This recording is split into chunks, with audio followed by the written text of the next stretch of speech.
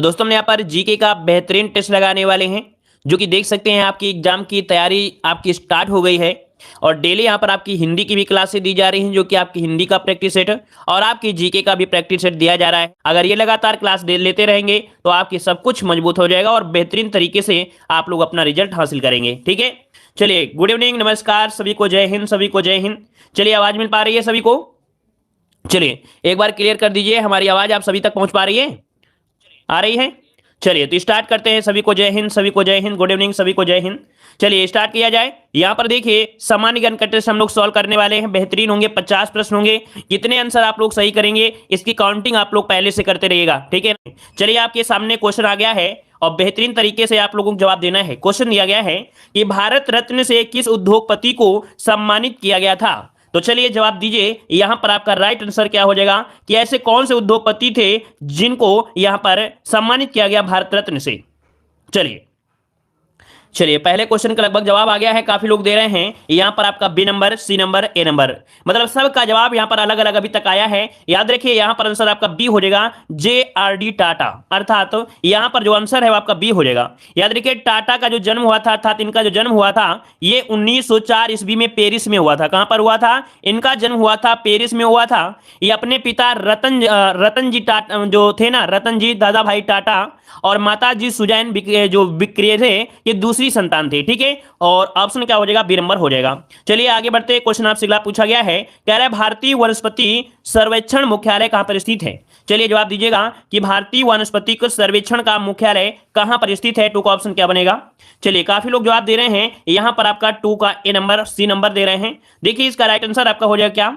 चलिए भारतीय दिया है ना, भारतीय वनस्पति दिया है, तो इसका आंसर हो जाएगा आपका सी नंबर, आपके कोलकाता में है। कहां पर है? कोलकाता में। याद रखिएगा इसकी स्थापना कब की गई थी? तो 1890 में इसकी स्थापना की गई थी, याद रखिएगा, ठीक है ना। और अगर ये क्वेश्चन पूछ लेता कि राष्ट्रीय वनस्पति शोध संस्थान, याद रखिए यहां पर भारतीय ना लगाता कि राष्ट्रीय वनस्पति शोध संस्थान, तब आप लोग लखनऊ लगाते। जो लोग लखनऊ लगा रहे थे उनको बता दें कि जब होता है राष्ट्रीय वनस्पति शोध संस्थान तब आंसर होता है लखनऊ, याद रखिएगा। क्लियर हो गया? चलिए आगे बढ़ते। क्वेश्चन आपसे अगला पूछा गया है, कह रहा है राष्ट्रमंडल खेल पहली बार कब आयोजित किए गए थे? राष्ट्रमंडल खेल पहली बार कब आयोजित किए गए थे, यहां पर आंसर आपको देना है। चलिए ये भी क्वेश्चन आपका बहुत बार पूछा गया है, तो चलिए यहां पर आंसर आपको लॉक करना है।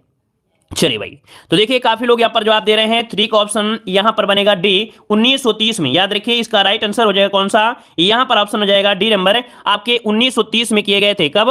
1930 में आपके किए गए थे। ठीक है, कहां पर? तो कनाडा जानते हैं, कनाडा में एक शहर है हैमिल्टन। क्या है? हैमिल्टन शहर है, वहां पर किए गए थे, याद रखिएगा। ठीक है, चलिए और यहां पर प्रथम बार भारत ने जो भाग लिया, तो भारत ने प्रथम बार 1934 में लंदन में आयोजित दूसरे राष्ट्रमंडल में भाग लिया था, याद रखिएगा। ठीक है, और यहां पर आगे बढ़ते हैं। क्वेश्चन आपसे अगला पूछा गया है, कह रहा आपसे औद्योगिक ऋण के लिए भारत में शीर्ष बैंक आपका कौन सा है?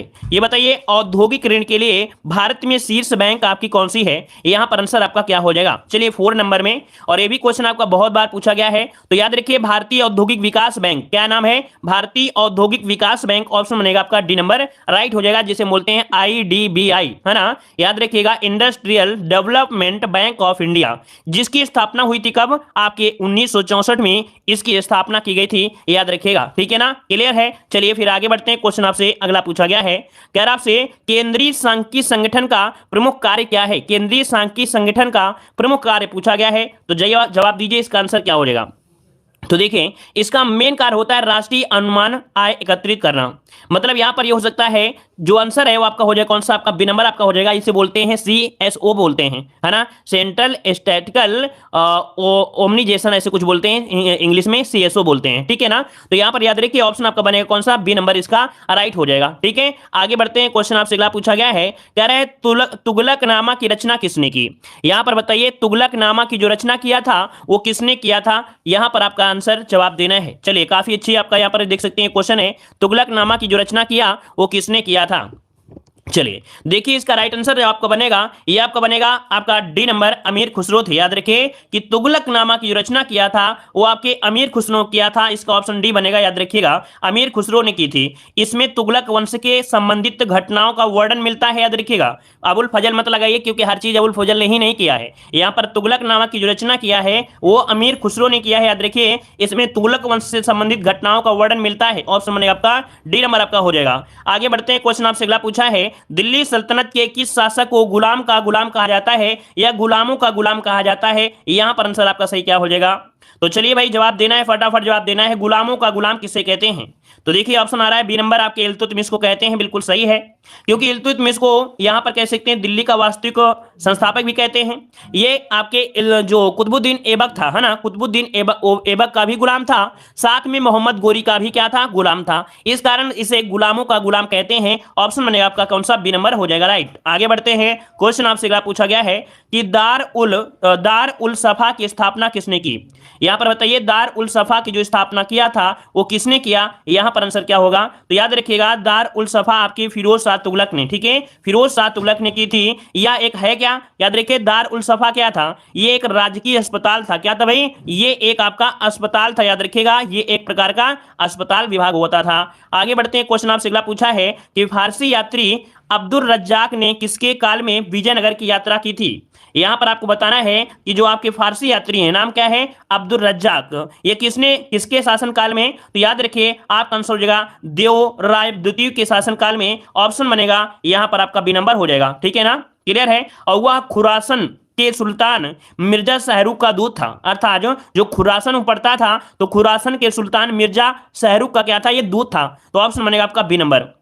चलिए आगे बढ़ते हैं। क्वेश्चन आपसे दिया गया है कि शिवाजी ने किस वर्ष छत्रपति की उपाधि धारण की थी? यहां पर जवाब देना है। सेम टू सेम क्वेश्चन आपको मिलेंगे, याद रखिएगा। तो शिवाजी ने किस वर्ष छत्रपति की उपाधि धारण की? यहां पर आंसर देना है। तो चलिए जवाब क्या हो जाएगा? छाछठ मत लगाइए, क्योंकि यहां पर आपको पता है छत्रपति की उपाधि इन्होंने बहुत बाद में रखी थी। मतलब ऑप्शन हो जाएगा आपका सी नंबर 1674 में। याद रखिएगा इन्होंने अपना राज तिलक करवाया था। क्या राज तिलक जो करवाया था वो आपकी कब करवाया था? 1674 में राज जब से कराया था। कहां पर करवाया था ये बताइए, जल्दी से कमेंट करिए कि शिवाजी ने अपना राज तिलक जो करवाया कहां पर करवाया।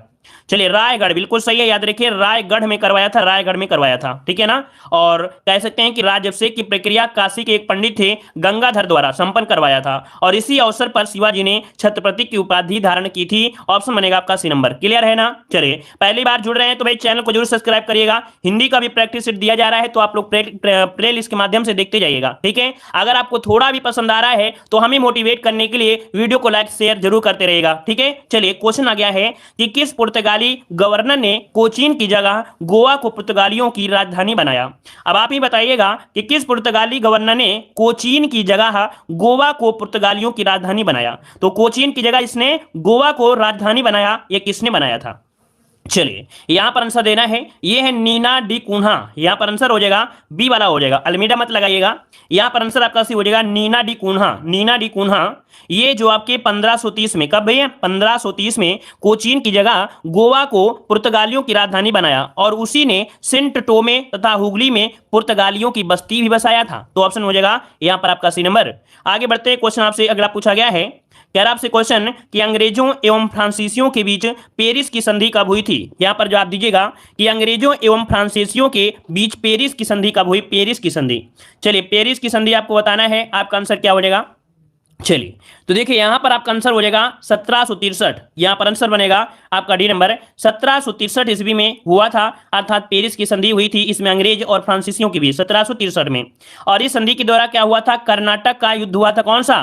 तृतीय कर्नाटक युद्ध का अंत हुआ था। याद रखिए तृतीय कर्नाटक युद्ध जो हुआ था इसी से आपका युद्ध हुआ था, तृतीय कर्नाटक युद्ध से अंत हुआ था। याद रखिएगा, ठीक है ना। और शर्तों के अनुसार क्या हुआ? अंग्रेजों ने फ्रांसीसियों की भारत में जीती गई जितनी भी आपकी फैक्ट्रियां थी वो सब आप फ्रांसीसी अपनी फैक्ट्री किलेबंदी नहीं कर सके और वहां सैनिक भी नहीं रह सकते थे, ये इसमें हुआ था। ठीक है, आगे बढ़ते हैं। क्वेश्चन आपसे दिया गया है कि तत्वबोधिनी सभा की स्थापना किसके द्वारा की गई थी? तत्वबोधिनी सभा की स्थापना किसके द्वारा की गई थी? आपको आंसर लॉक करना है। चलिए 13 का ऑप्शन लॉक करना है। चलिए तो देखिए तत्वबोधिनी सभा दिया है ना, चलिए सभी लोग जवाब दीजिए, प्रयास करिए सभी लोगों का जवाब सही हो। अगर नहीं आता है तो आप लोग ऐसे टॉपिक को पढ़ते रहिए, रिवीजन करते रहिए, थ्योरी पढ़ते रहिए, अपनी तैयारी बिल्कुल बेहतरीन करते रहिए। ठीक है, ये समझिए कि आपसे ज्यादा कोई अच्छा नहीं है अगर आप पढ़ने में लगा कंटिन्यू रहते हैं तो। देखिए देवेंद्रनाथ टैगोर, जिसका ऑप्शन आया बिल्कुल सही हो जाएगा कि तत्वबोधिनी सभा की स्थापना देवेंद्रनाथ टैगोर के द्वारा की गई थी। कब की गई थी? तो आपके 1839 में, याद रखिए ऑप्शन बनेगा यहां पर आपका सी नंबर है, 1839 में की गई थी, ये भी नोट करिएगा। आगे बढ़ते हैं, क्वेश्चन आपसे दिया है कि महात्मा गांधी एवं वी आर अम्बेडकर के बीच पूना समझौता कब हुआ था? बताइए, महात्मा गांधी और वी आर अम्बेडकर के मध्य पूना समझौता कब हुआ? यहां से क्वेश्चन आपके बनते हैं भाई, जवाब दीजिएगा। चलिए तो देखिए आपका जवाब हो जाएगा 32। कौन 32? ऑप्शन आपका बी, सितंबर 1932, जिसका ऑप्शन है राइट हो जाएगा। सितंबर 1932 में हुआ था, याद रखिएगा। देखिए हुआ क्या था कि सितंबर 1932 में जो महात्मा गांधी और दलित नेता, दलित नेता कौन थे? वी आर अम्बेडकर थे। तो महात्मा गांधी और दलित नेता वी आर अम्बेडकर के मध्य पूना समझौता हुआ था। पूना समझौते के अनुसार दलितों के लिए पृथक निर्वाचन व्यवस्था समाप्त कर दी गई थी। दलितों के लिए पृथक निर्वाचन जो व्यवस्था थी वो समाप्त कर दी गई थी, याद रखिए समझौते में। तो ऑप्शन बनेगा यहां पर आपका बी नंबर। क्लियर है ना? हर एक पॉइंट को समझते चलिएगा, एग्जाम में क्वेश्चन कहीं से भी बन सकता है। अगला क्वेश्चन आपके सामने आ गया है कि किस बौद्ध संगीति में बौद्ध धर्म दो भागों में विभाजित हो गया था? तो बौद्ध धर्म जो दो भागों में विभाजित हुआ था, ये किसमें विभाजित हुआ? चलिए कौन सी आपकी संगीति थी? ये चौथी थी, याद रखिए ऑप्शन बनेगा यहां पर आपका आंसर हो जाएगा डी नंबर, चतुर्थ हो जाएगा, चतुर्थ हो जाएगा। याद रखिए चतुर्थ बौद्ध संगीति की अगर बात करते हैं, इसका आयोजन हुआ था कुंडल वन में। कहां हुआ था भाई? तो आप याद रखिए कुंडल वन। अच्छा कुंडल वन कहां पड़ता है? जल्दी से कमेंट कर दीजिए तब तक। देखिए कुंडल वन में हुआ था और इस संगीति में बौद्ध धर्म दो भागों में हीनयान और महायान में विभाजित हो गया था। और इस संगीति की अध्यक्षता किसने किया था? वासुमित्र ने। किसने? तो आपकी वासुमित्र ने इसकी अध्यक्षता किया था। ये कुंडल वन पड़ता है आपकी कश्मीर, बिल्कुल सही जवाब है कि ये कश्मीर में पड़ता है। ठीक है, आगे बढ़ते हैं। क्वेश्चन आपसे दिया गया है कि जैन धर्म के तीसरे तीर्थकर का प्रतीक चिन्ह क्या है? जैन धर्म के तीसरे तीर्थकर आपको बताना है। और यहां पर आपका आंसर क्या हो जाएगा? तीसरे तीर्थकर जो आपके थे वो थे संभवनाथ। कौन थे भाई? यहां पर थे संभवनाथ थे। ठीक है, और इनके जो प्रतीक चिन्ह था वो कौन था? घोड़ा था। ऑप्शन बनेगा आपका डी नंबर है, घोड़ा था, याद रखिएगा। अगर जैन धर्म के बारे में बात करें तो जैन धर्म के संस्थापक ऋषभ देव थे और इस धर्म में कुल 24 तीर्थकर हुए हैं, जिसमें महावीर अंतिम तीर्थकर थे, है ना। और जैन धर्म के तीसरे तीर्थकर थे संभवनाथ, जिनका प्रतीक चिन्ह था घोड़ा। ऑप्शन बनेगा आपका डी नंबर। क्लियर हुआ? आगे बढ़ते हैं। क्वेश्चन आपसे दिया गया है कि निम्नलिखित में से कौन सा वेद कन्याओं के जन्म की निंदा करता है? कौन सा वेद है जो कन्याओं के जन्म की निंदा करता है? यहां पर जवाब देना है। आपका सही जवाब क्या हो जाएगा? ये वेद है आपका कौन सा? चलिए काफी लोग जवाब दे रहे हैं यहाँ पर ए नंबर। याद रखिए यहाँ पर यजुर्वेद नहीं, यहाँ पर होगा अथर्ववेद होगा। याद रखिए अथर्ववेद ये कन्याओं की जन्म की निंदा करता है। इस वेद में रोग निवारण, तंत्र मंत्र, जादू टोना इत्यादि वर्णन मिलता है। इस वेद में सभा और समिति को प्रजापति की दो पुत्रियां भी कहा जाता है। याद रखिएगा कि इस वेद में जो सभा और समिति हैं इन्हें प्रजापति की दो पुत्रियां कहा जाता है आपके अथर्ववेद में। ऑप्शन बनेगा यहाँ पर आपका डी नंबर। क्लियर है ना? चलिए आगे बढ़ते हैं। क्वेश्चन दिया गया है, कह रहा है सर्वप्रथम भारत पर होने वाले हूण आक्रमण की जानकारी किसे प्राप्त होती है? भारत में होने वाला हूण आक्रमण, याद रखिएगा कि सर्वप्रथम जो आपकी जानकारी मिलती है वो कौन से अभिलेख से? ये अभिलेख है आपका भीतरी स्तंभ अभिलेख। याद रखिए इसका राइट आंसर हो जाएगा भीतरी स्तंभ अभिलेख से प्राप्त होता है, याद रखिएगा। ठीक है ना? और इस स्तंभ अभिलेख का संबंध है स्कंदगुप्त से। किसे है? तो आपके स्कंदगुप्त से संबंध है, इस अभिलेख का संबंध है स्कंदगुप्त से है, याद रखिएगा। ठीक है, चलिए आगे बढ़ते हैं। क्वेश्चन आपसे अगला पूछा गया है कि वैदिक काल में जीवन पर अविवाहित रहने वाली महिला को क्या कहा जाता था? चलिए वैदिक काल में जीवन भर जो अविवाहित महिलाएं थी, अविवाहित जो विवाह नहीं करती थी, उन महिलाओं को क्या कहते थे? तो इनको कहते थे आजामू। क्या कहते थे? ऑप्शन हो जाएगा सी, आजामू कहते थे, आजामू कहते थे, याद रखिएगा। और वैदिक सभ्यता एक कैसी सभ्यता थी? अगर क्वेश्चन पूछे कि वैदिक सभ्यता जो थी कैसी सभ्यता थी, ये ग्रामीण सभ्यता थी। क्या थी भाई? ग्रामीण सभ्यता थी, याद रखिए ग्रामीण सभ्यता। क्लियर है? आगे बढ़ते हैं। क्वेश्चन आपसे अगला पूछा गया है कि किस ग्रह का विशिष्ट गुण उसके चुंबकीय क्षेत्र का होना है? अर्थात एक ऐसा गुण है जिसका कह सकते हैं गुण है चुंबकीय क्षेत्र का होना। ये जाना जाता है आपका बुध ग्रह है, याद रखिए इसका ऑप्शन बनेगा बी नंबर। ठीक है, शनि मत लगाइएगा, यहां पर लगाना है आपको बुध लगाना है, बुध। ठीक है ना? बुध जो सबसे छोटा है, जिसका कोई उपग्रह नहीं है या सूर्य के सबसे नजदीक है, इसका सबसे विशिष्ट गुण है चुंबकीय क्षेत्र का होना। तो ये कई सारे पॉइंट होते हैं जो कि आपके बुध ग्रह से बनते हैं। ऑप्शन बनेगा आपका बी नंबर हो जाएगा। चलिए आगे बढ़ते हैं। क्वेश्चन आपसे अगला पूछा गया है कि भूमध्य सागर का प्रकाश स्तंभ किस ज्वालामुखी को कहा जाता है? भूमध्य सागर का प्रकाश स्तंभ, याद रखिएगा इसे आपके ज्वालामुखी को कहा जाता है, अर्थात कह सकते हैं भूमध्य सागर का प्रकाश स्तंभ ज्वालामुखी कौन सा है? ये है आपका कौन सा, स्ट्रामबोली। क्या है, स्ट्रा जब बोलेगी तो प्रकाश तो होगा, लड़ाई भी होगी, तो स्ट्रामबोली ये है आपके भूमध्य सागर का प्रकाश स्तंभ। मतलब कह सकते हैं स्ट्रामबोली को भूमध्य सागर का प्रकाश स्तंभ कहते हैं, क्योंकि इस ज्वालामुखी से हमेशा गैस निकलती रहती है, इसके आसपास का जो भाग होता है प्रकाशित होता रहता है, इस कारण इस ज्वालामुखी भूमध्य सागर का प्रकाश स्तंभ कहते हैं। याद रखिएगा काफी लंबी दूरी तक बसा हुआ है, और जब हमेशा इसमें से सक्रिय रहेगा तो आसपास एरिया में क्या होगा, चमक तो बनी ही रहेगी। ठीक है ना, चलिए आगे बढ़ते हैं। क्वेश्चन आपसे अगला पूछा गया है, कह रहे निम्नलिखित में से कौन सा देश स्थल रुद्ध नहीं है। यहां पर बताइए आपका सही जवाब क्या हो जाएगा, निम्नलिखित में से कौन सा देश स्थल रुद्ध नहीं है।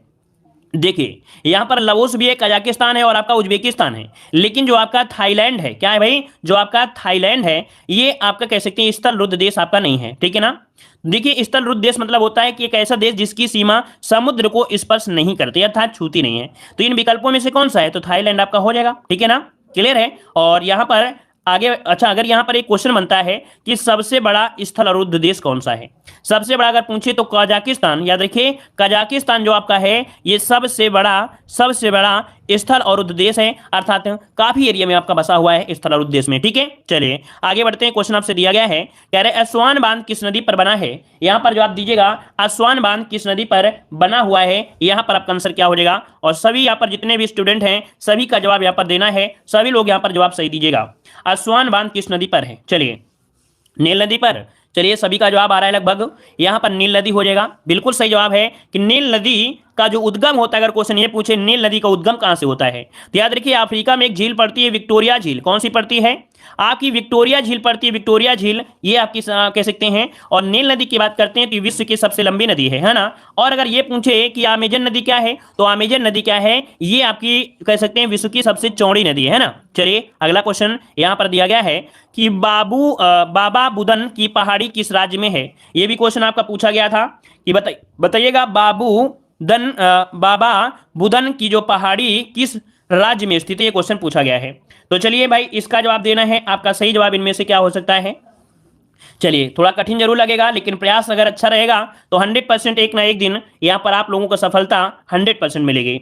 चलिए देखिए आपका आंसर हो जाएगा कौन सा, यहां पर जो पहाड़ी हैं ये पड़ती हैं आपके कर्नाटक में।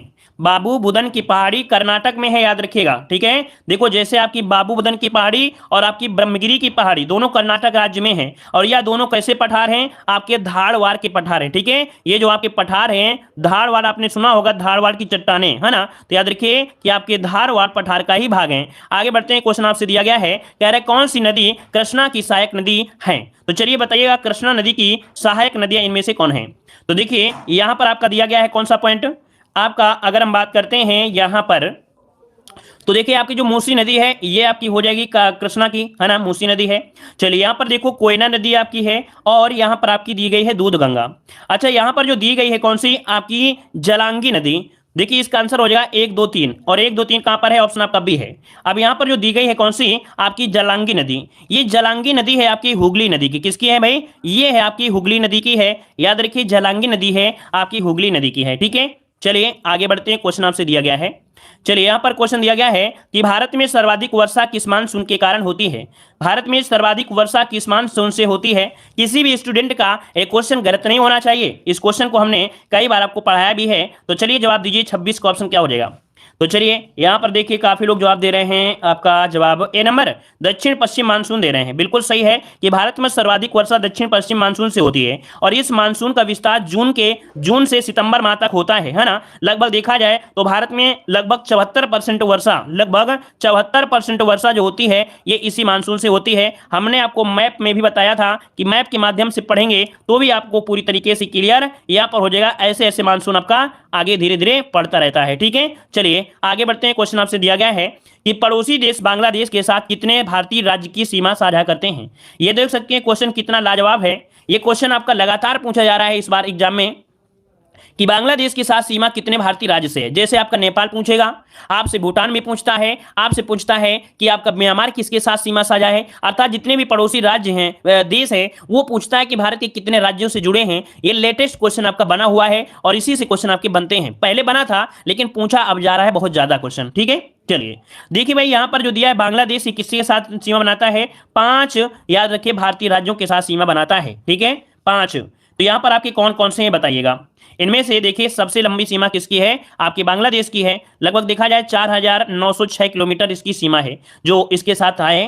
तो देखिए सबसे पहले असम के साथ बनाता है सीमा, असम के साथ बनाता है। फिर इसके बाद यहां पर आपका मेघालय, मिजोरम, त्रिपुरा और आपका पश्चिम बंगाल। याद रखिएगा ये आपके असम के साथ भी है। काफी लोग असम को नहीं समझेंगे कि असम से है कि नहीं। जब मेघालय के ऊपर जाओगे, याद रखिएगा ये जो बांग्लादेश है कुछ इस प्रकार से बना हुआ है, और जब ऐसे आप लोग जाएंगे तो ऐसे जो हल्का से ये कोना निकला है, ठीक है, ये कोना, ये वाला कोना ही आपके असम के साथ स्पर्श करता है, याद रखिएगा। ठीक है, तो इस कारण से आपके 5 आपके हैं, याद रखिए। आगे बढ़ते हैं। क्वेश्चन दिया गया है कि भारत तथा चीन के मध्य मैक-मोहन रेखा का निर्धारण किस वर्ष किया गया था। इसके पिछले वाले लेक्चर में क्वेश्चन आपका मिला था जिसमें पूछा गया था यहां पर कि जो मैक-मोहन रेखा है वो किसके बीच है, तो वो आंसर था भारत और चीन के बीच। आज पूछा गया है कि मैक-मोहन रेखा का निर्धारण किस वर्ष किया गया था। चलिए यहां पर जवाब देना है। आपका सही जवाब क्या हो जाएगा, 1914, जिसका ऑप्शन आया है बिल्कुल राइट हो जाएगा। 1914 यहां पर आंसर राइट हो जाएगा। याद रखिएगा इस रेखा का निर्धारण आपके कब, तो शिमला में किया गया था 1914 में। कहां पर, तो शिमला समझौता के नाम से भी इसे जाना जाता है, याद रखिएगा। ठीक है, आगे बढ़ते हैं। क्वेश्चन आपसे दिया है कि राष्ट्रीय आय समिति का गठन किसकी अध्यक्षता में किया गया था। राष्ट्रीय आय समिति का गठन किसकी अध्यक्षता में किया गया था। चलिए राष्ट्रीय आय की अगर बात करते हैं, इस समिति का गठन की अगर बात करते हैं, इसकी अध्यक्षता की गई थी पीसी महालनोबिस, जिनका नाम हमने आपको कई बार बताया है कि जो द्वितीय पंचवर्षीय योजना थी वो पीसी मॉडल पर आधारित थी, पीसी महालनोबिस पर आधारित थी। और इन्हीं की अध्यक्षता में आपके 1949 में, क्या 1949 में राष्ट्रीय आय के अनुमान के लिए यहाँ पर पीसी महालनोबिस की अध्यक्षता में किया गया था, याद रखिए। तो आपको नोट कर लेना है, ऑप्शन बी हो जाएगा। आगे बढ़ते हैं। क्वेश्चन दिया गया है मानव विकास सूचकांक के अंतर्गत निम्नलिखित में से किस विषय को सम्मिलित नहीं किया जाता है। इस क्वेश्चन को तो हमने आपको कई बार बताया है क्योंकि ये क्वेश्चन आपका लाजवाब है। अब आप बताइए इनमें से कौन शामिल नहीं होता है। देखिए भाई, शिक्षा शामिल होती है, प्रति व्यक्ति आय शामिल होती है, जीवन प्रत्यास्था होती है, लेकिन जनसंख्या इसमें से आपकी शामिल नहीं होती। याद रखिए मुख्य 3 विषय होते हैं, जीवन प्रत्यास्था, शिक्षा और प्रति व्यक्ति आय आपकी शामिल होती है। क्लियर है। चलिए आगे बढ़ते हैं। क्वेश्चन आपसे अगला पूछा गया है, कह रहा है सामुदायिक विकास कार्य की शुरुआत किस पंचवर्षीय योजना के दौरान की गई थी। तो भाई ये बताइए, सामुदायिक विकास केंद्र है ना, सामुदायिक विकास कार्यक्रम है जिसकी स्टार्टिंग हुई थी 1952 से। कब हुई थी, आपके 1952 से। अब आप ही बताइए 1952 में कौन सी योजना चल रही थी, तो प्रथम पंचवर्षीय योजना आपकी चल रही थी जो कि आपके हेराल्ड डोमर मॉडल पर आधारित थी। अर्थात जो प्रथम पंचवर्षीय योजना थी वो हैरोल्ड डोमर मॉडल पर आधारित थी। ये भी पॉइंट आपको याद रख लेना है, जो कि 51 से लेकर आपके 56 तक चली थी, है ना। चलिए आगे बढ़ते हैं। क्वेश्चन आपसे दिया है कि आर्थिक दृष्टिकोण से विनिर्माण तथा बिजली विभाग आर्थिक दृष्टिकोण से विनिर्माण तथा बिजली निर्माण किस क्षेत्र के अंतर्गत आपके आते हैं। अब आप जवाब दीजिएगा कि जो विनिर्माण क्षेत्र है और बिजली निर्माण जो क्षेत्र है ये किसके अंतर्गत आपके आते हैं, यहां पर आंसर आपको देना है। चलिए विनिर्माण देखिए आपके द्वितीय क्षेत्र में आते हैं, याद रखिएगा यहां पर आपका द्वितीय क्षेत्र हो जाएगा, ऑप्शन बनेगा यहां पर आपका बी हो जाएगा। ठीक है, और यहां पर जैसे सेवा क्षेत्र होता है वो आपके तृतीय क्षेत्र में आता है। ठीक है, सेवा क्षेत्र होता है तृतीय क्षेत्र में, और कृषि जो आता है वो प्राथमिक क्षेत्र होता है। ठीक है, चलिए यहां पर आगे बढ़ते हैं। क्वेश्चन आपसे अगला पूछा गया है, मानव शरीर का सबसे बड़ा अंग इनमें से कौन सा है। मानव शरीर का सबसे बड़ा अंग इनमें से कौन सा है। ये समझिए कि पेपर लीक हो रहा है धीरे धीरे। ठीक है, जैसे जैसे आप लोग पढ़ेंगे समझो कि वैसे वैसे धीरे धीरे पेपर आपका लीक होता रहेगा, क्योंकि आप लोगों की तैयारी भी बहुत ही बेस्ट होती रहेगी, और आपके जो क्वेश्चन का लेवल भी होगा वो भी समझिए कि ऐसा ही आपको लगेगा कि एग्जाम में कि ऐसे ही क्वेश्चन पूरे के पूरे आपको मिलने वाले हैं। ठीक है, वीडियो को लाइक शेयर भाई आप लोगों ने नहीं किया है तो कर दीजिएगा, थोड़ा टाइम लगाकर वीडियो को लाइक शेयर जरूर कर दिया करें, जिससे मोटिवेट हम भी रहें और भी आपको एनर्जी के साथ आपको पढ़ाते रहें। ठीक है, चलिए मानव शरीर का सबसे बड़ा अंग पूछा गया है, आंसर बनेगा आपका यहाँ पर बी नंबर, यकृत होता है। यकृत जिसे हम लोग लीवर कहते हैं, है ना, लीवर भी इसे कहते हैं ना, जिगर भी कहते हैं, यकृत भी कहते हैं, याद रखिएगा। और यह शरीर की सबसे बड़ी ग्रंथि भी है। लीवर का वजन कितना होता है भाई, इसका वजन होता है 1.5 kg होता है, 1.5 kg होता है, याद रखिएगा, जो कि देखा जाए लगभग 15 से 22 सेंटीमीटर लंबा होता है, सेंटीमीटर। ठीक है, आगे बढ़ते हैं। क्वेश्चन आपसे दिया गया है, कह रहा है देखिए 1.5 ओम के प्रतिरोध वाले परिपथ पर 150 वोल्ट लगाया जाता है तो प्रतिरोध द्वारा कुल खर्च जो शक्ति है वो आपकी कितनी हो जाएगी, ये क्वेश्चन आपसे दिया गया है। तो देखिए भाई इसके लिए एक सूत्र होता है, इसके लिए क्या होता है, एक सूत्र होता है, वो हम आपको सूत्र बता देंगे, उसी से आप लोग सॉल्व कर सकते हैं।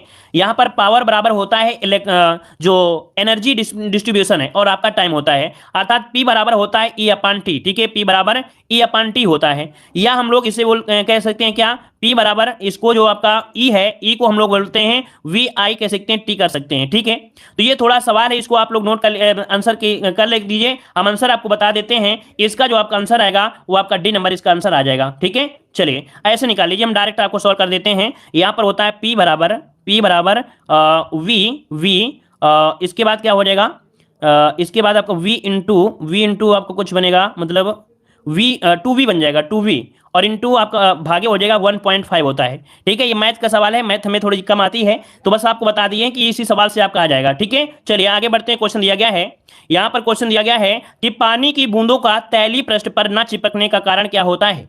यहाँ पर जवाब दीजिएगा, आपका आंसर क्या हो जाएगा कि पानी की बूंदों पर तैलीय पृष्ठ न चिपकने का कारण क्या होता है। चलिए यहां पर देखिए आपका आंसर इनमें से क्या बनेगा। चलिए पृष्ठ तनाव जवाब आ रहा है। देखिए आपका जवाब इनमें से आपका लगभग सभी का सही आ रहा है। याद रखिएगा ये पृष्ठीय तनाव अर्थात यहां पर पृष्ठ तनाव, थोड़ा सोचिए और समझिए तब जवाब दीजिएगा। यहां पर क्वेश्चन ये नहीं दिया है कि पानी को बूंदों का गोलाकार कैसा होता है, गोलाकार है ना, लेकिन यहां पर पूछा है ना चिपकने का कारण, और ना चिपकने के कारण के हिसाब से आप बताइए क्या हो जाएगा।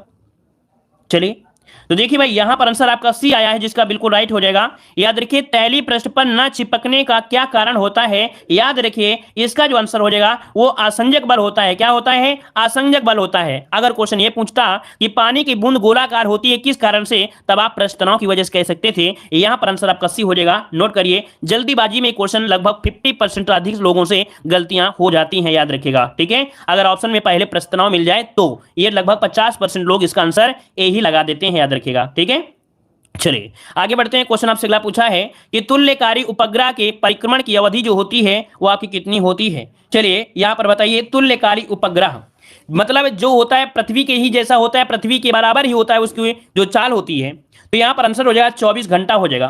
मतलब तुल्यकारी उपग्रह पृथ्वी की सतह से लगभग देखा जाए 36,000 किलोमीटर की ऊंचाई पर आपके घूर्णन करते हैं और घूर्णन की दिशा में ही परिक्रमण करते हैं, तो इसकी अवधि होती है आपकी 24 घंटे के समान होती है। तो यहां पर आंसर क्या हो जाएगा, यहां पर ये नंबर राइट हो जाएगा। आगे बढ़ते हैं। क्वेश्चन आपसे अगला पूछा गया है, पेंडुलम को चंद्रमा पर ले जाने पर उसके आवर्तकाल पर क्या प्रभाव पड़ता है। अगर पेंडुलम घड़ी को अगर आप चंद्रमा पर ले जाते हैं तो ये बताइए उसके आवर्तकाल में जो आपकी होगी वो क्या परिवर्तन होगा, घटेगा या बढ़ेगा। तो याद रखिएगा ऐसी स्थिति में वो बढ़ेगा। याद रखिए क्या होगा, बढ़ेगा। जैसे कि कोई आपकी घड़ी है और यहां पर आपकी है तो ये क्या होगा, इसमें से बढ़ेगी। तो याद रखिए पेंडुलम को चंद्रमा पर ले जाने पर उसकी समय अवधि आपकी बढ़ जाती है। क्या, समय अवधि आपकी बढ़ जाती है, याद रखिएगा। ठीक है ना, क्योंकि आई जो होता है स्थिर होता है, जी का मान क्या होता है, घट जाता है। जब जी का मान घट जाएगा तो आवर्तकाल बढ़ जाएगा, याद रखिएगा। ठीक है, चलिए टी बराबर 2 पाई, एक सूत्र आपने पढ़ा होगा, टी बराबर 2 पाई अंडर रूट 1 एल अपान जी, है ना, अंडर रूट आपने पढ़ा होगा एल अपान जी, ये आपने पढ़ा है। और यहां पर होता है 2 पाई होता है और टी बराबर आपका होता है ना, तो यहां पर आंसर क्या हो जाएगा, बी हो जाएगा, बढ़ जाएगा। आगे बढ़ते हैं। क्वेश्चन आपसे दिया गया है कि एक्स किरणें तरंग किस प्रकार की किरणें होती हैं। एक्स किरणें जो होती हैं, एक्स किरणें जो होती हैं ये किस प्रकार की तरंगें होती हैं, एक्स किरणें ये किस प्रकार की होती हैं। चलिए यहां पर आंसर देना है, तो याद रखिए विद्युत चुम्बकीय तरंगें होती हैं। क्या होती हैं भाई, तो एक्स किरणें विद्युत चुम्बकीय तरंग का उदाहरण होती हैं। विद्युत चुम्बकीय तरंग बिना किसी माध्यम की सहायता से ही, बिना किसी माध्यम की सहायता से ही केवल विद्युत तथा चुंबकीय दोलनों के मध्य में संचरण कर सकती हैं, याद रखिएगा। ठीक है, चलिए आगे बढ़ते हैं। क्वेश्चन आपसे अगला पूछा है, निम्नलिखित में से कौन एक निष्क्रिय गैस का उदाहरण है, कौन एक निष्क्रिय गैस का उदाहरण है, यहां पर आपको जवाब देना है। नियर जिसे बोलते हैं इनर्ट गैस, है ना। तो चलिए यहां पर देखिए आपका आंसर हो जाएगा बी नंबर, आर्गन गैस। याद रखिए इन्हें इनर्ट गैस भी कहते हैं। जैसे आपका हीलियम, है ना, हीलियम के बाद आपका होता है आपका आर्गन भी होता है, क्रिप्टॉन होता है, जिनोन होता है, रेडॉन भी होता है, नियोनॉन भी होता है। मतलब जो ऑप्शन आपका है बी नंबर आपका यहां पर राइट हो जाएगा। आर्गन एक प्रकार का अक्रिय गैस होता है। जैसे अक्रिय गैस वे है जो रासायनिक क्रिया में भाग नहीं लेती हैं, अर्थात रासायनिक क्रिया में ये आपकी जो गैसें होती हैं इनको भाग नहीं लेते हैं, अर्थात ये अधिकांश तत्वों या पदार्थों से क्रिया नहीं करते हैं। ठीक है, क्योंकि जब क्रिया ही नहीं करेंगे तो इनको क्यों लेंगे, इस कारण से ऑप्शन होगा यहां पर आपका बी नंबर। आगे बढ़ते हैं। क्वेश्चन आपसे दिया है कि आतिशबाजी में हरा रंग किसके कारण दिखाई पड़ता है। तो चलिए बताइएगा आतिशबाजी में हरा रंग जो दिखाई पड़ता है वो किस कारण से दिखाई पड़ता है। तो चलिए आपका जवाब इनमें से क्या हो जाएगा। चलिए कौन कौन जवाब देंगे, इसका सही जवाब क्या बनने वाला है। चलिए ऑप्शन आ रहा है यहां पर आपका बी नंबर, बेरियम।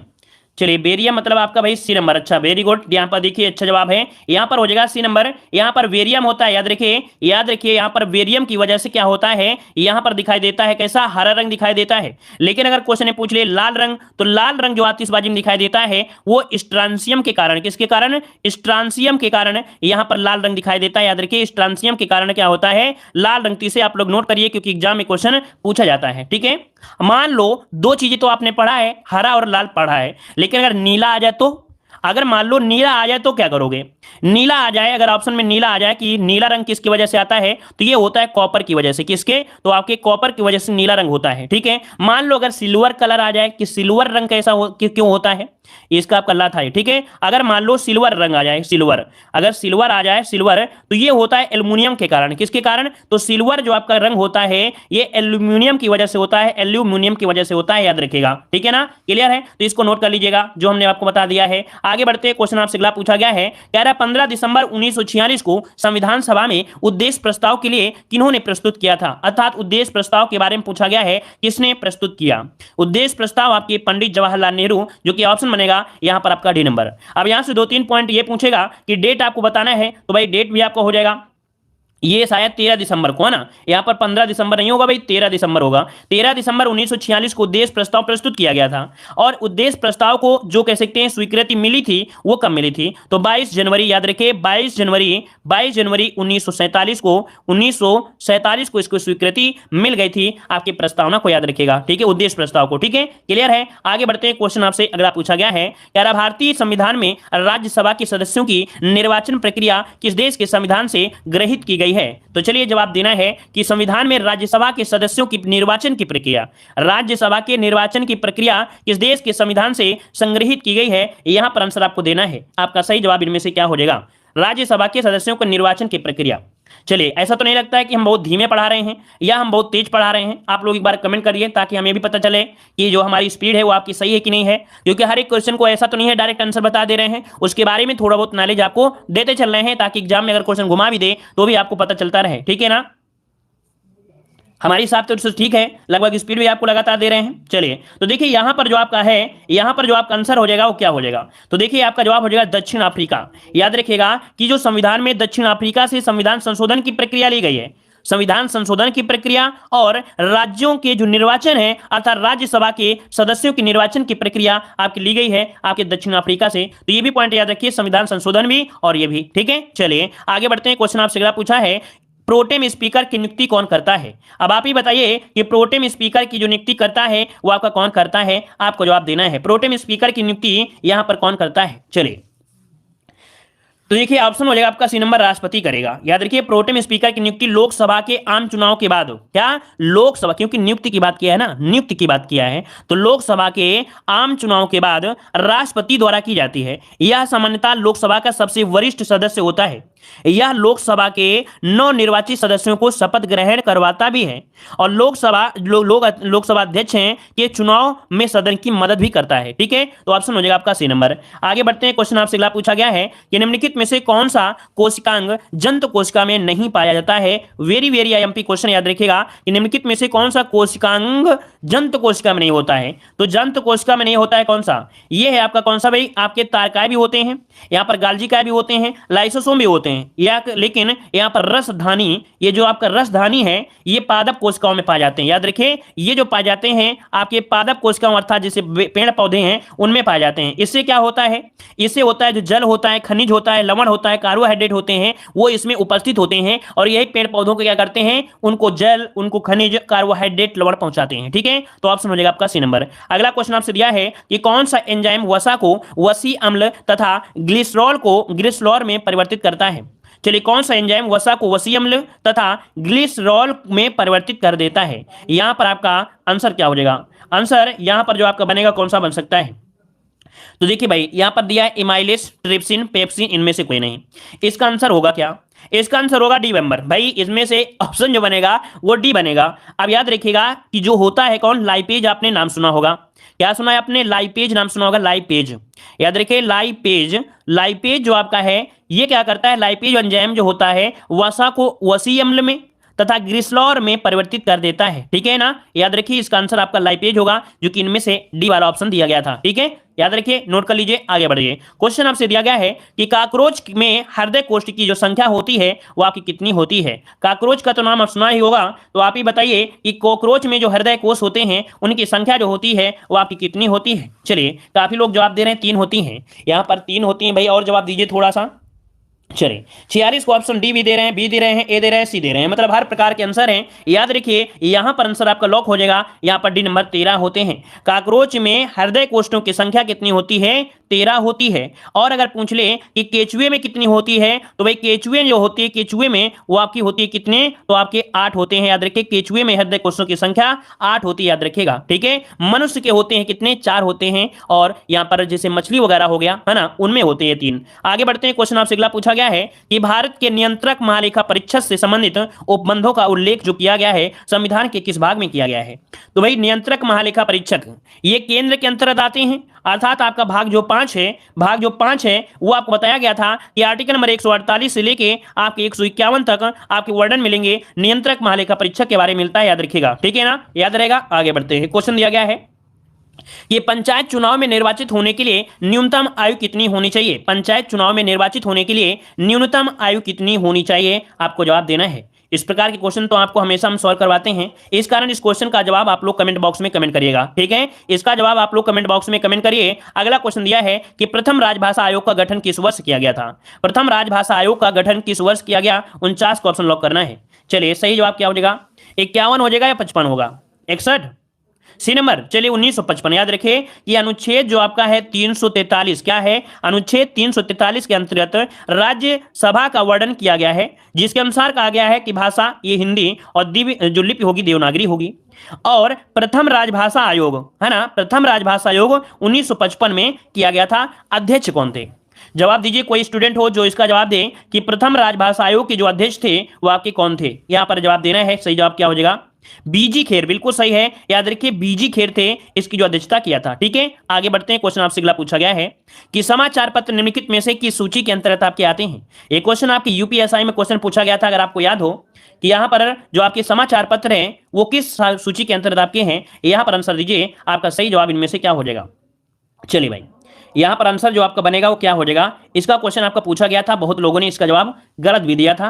याद रखिएगा आपका आंसर हो जाएगा समवर्ती सूची। यहां पर जवाब जिसका आ रहा है बिल्कुल राइट हो जाएगा। याद रखिए समवर्ती सूची के अंतर्गत आपके आते हैं, जो आपके आते हैं क्या, यहां पर समाचार पत्र आते हैं। जैसे देखो हमने बताया था समाचार हो गया, ठीक है, आपका समाचार हो गया।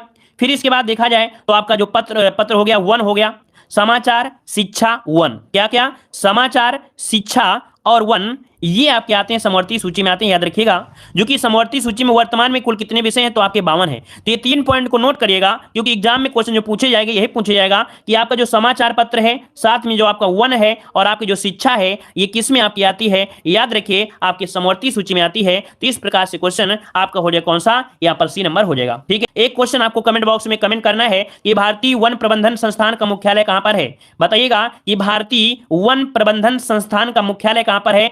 ऑप्शन है कोलकाता, ऑप्शन बी है देहरादून, ऑप्शन सी है दिल्ली, ऑप्शन डी है भोपाल।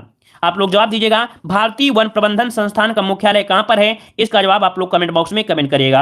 हमारे हिसाब से अगर आपकी क्लास अगर आज की देखा है तो अगर इसी प्रकार से क्लास आप लोग कंटिन्यू लेते रहेंगे तो उम्मीद है कि आपकी जो जीके है वो सबसे मस्त हो जाएगी, बेहतरीन होगी। पेपर उठा के देखेगा लगभग ऐसे ही क्वेश्चन आपके देखने को मिले थे, और हमारा प्रयास यही रहेगा कि इस बार आप लोग वीडियो एग्जाम को क्लियर करें। जय हिंद, जय भारत।